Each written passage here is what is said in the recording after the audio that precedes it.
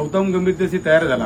तिथून मग त्याला सुरुवात झाली. योगायोगाने चांगली त्याला ग्राउंड भेटत गेला. नंतर दिल्लीला गेला, महाराष्ट्र लेवलला गेला. असं तिकडे पण त्याने चांगला परफॉर्मन्स कारण नंतर योगायोगाने माझी परिस्थिती आर्थिक एकदम डाऊन झाली. कारण त्याला मी एवढं तर पोहोचू शकत नाही.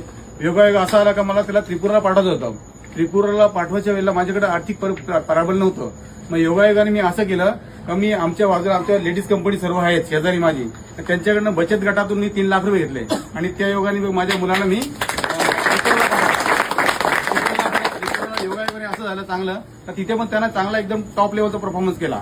तर तिकडनं मला फोन यायला लागले त्या कोचचे का बा ओमकारसाठी तुम्ही ओमकार आमच्याकडे द्या, आम्ही त्याचं सर्व बघतो. म्हटलं नाही. मग त्यावेळेला आमच्या इकडचे कोच आहेत नरेश दिवाने किंवा माझे कल्याणचे असे जे काही कोच आहेत त्यांना मी विचारलं, त्यांचे सल्ला ते होतं नाही ओमकारमध्ये असे गट्स आहेत की तो भविष्यामध्ये काहीतरी करून दाखवेल. त्यांच्या सल्ल्याने मी परत तिकडे मुंबईमध्ये त्याला इकडे हे केलं आणि परत तो त्रिपुराला असून त्याला योगायोगाने त्याच्या मित्रांनी फोन केला. मग परत तो गेल्या वर्षी MPLची ती मॅच होती आणि त्याच्यासाठी तो एमर्जन्सी आला, विमानाने तो एमर्जन्सी आला आणि तेव्हा मग तिथून त्याचं पुढं कार्य चालू झालं. आणि त्याच्या ह्याच्यासाठी त्यांनी पण भरपूर मेहनत केली. म्हणजे तो पहाटे 4 वाजता उठून म्हणजे कधी उठायचा कधी जायचं ते आम्हाला माहिती नव्हतं. त्यांनी स्वतःला असं तयार केलं आणि त्याला बघ आयुष्यात काहीतरी फोकस बनव, काहीतरी घडला पाहिजे. माझ्या आयुष्यामध्ये जे मी जी मेहनत केली ती मेहनत तुम्हाला नाही करायला लागली पाहिजे. तर माझ्या मुलांसाठी पुढं भविष्य चांगलं यावं त्यासाठी मी प्रयत्न केले आणि त्या प्रयत्नाचं त्यांनी मला यश मिळवून दिलं. बस एवढंच.